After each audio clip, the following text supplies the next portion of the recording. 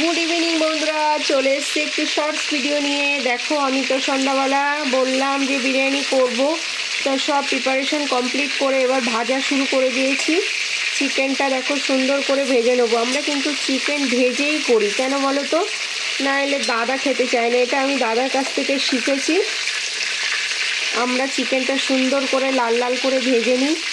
তো আমি কোনো কালার দেইনি, জাস্ট একটু হলুদ দিয়েছিলাম, ঠিক আছে। তো এরকম আগে ম্যারিনেট করে রেখেছিলাম, এই যে সুন্দর করে ম্যারিনেট করে রেখেছি।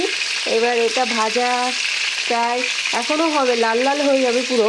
আর এদিকে দেখো সুন্দর করে বেরেস্তাও ভেজে নিয়েছি, চালও ভিজিয়ে দিয়েছি। এই হাঁড়ির মধ্যে চাল আছে, তো হতে থাক। এটা মোটামুটি এখনও টাইম লাগবে, কটায় শেষ হয় দেখি। আলু তো সিদ্ধ হয়ে গেছে ওদিকে। তো ভিডিওটা ভালো লাগলে লাইক কমেন্ট শেয়ার।